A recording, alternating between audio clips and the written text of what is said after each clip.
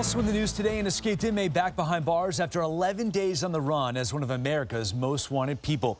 But the same cannot be said for the corrections officer who helped him escape. 7's Robin Simmons live in the Satellite Center with how this manhunt finally came to an end, Robin. Well, that woman died. She had been second in command at the jail, used her position apparently to walk her lover out, claiming to be heading to a medical appointment.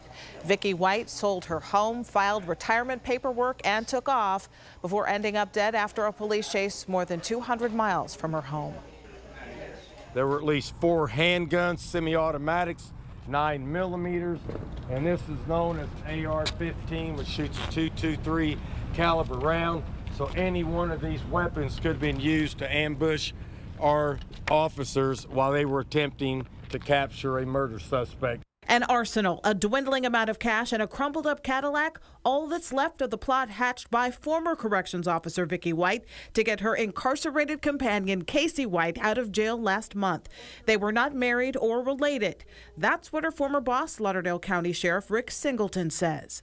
Casey White didn't escape from the facility. He was basically just let out. Investigators say they got a tip Sunday about this Ford F-150 at a car wash in Evansville, Indiana.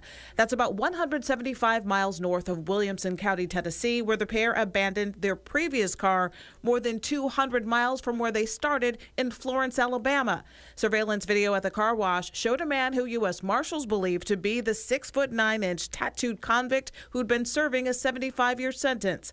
The truck led investigators to their next getaway vehicle, which then led them to a motel where Vicki White was spotted wearing a wig. That room was under some local guy's name, understand? So that local guy was staying here.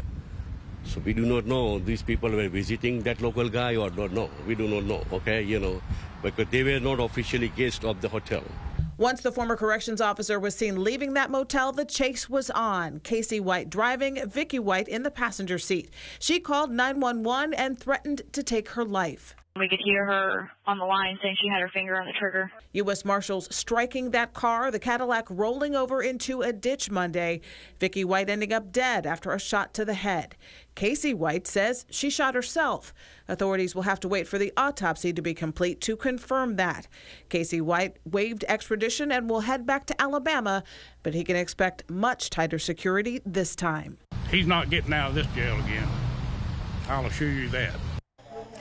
So a lot of questions about this, like why the couple spent 6 days, more than half their time on the run in Indiana. The local sheriff says he believes they were preparing for a shootout with police when they were captured, and that situation could have ended very differently. Live at the Satellite Center, Robin Simmons, 7 News.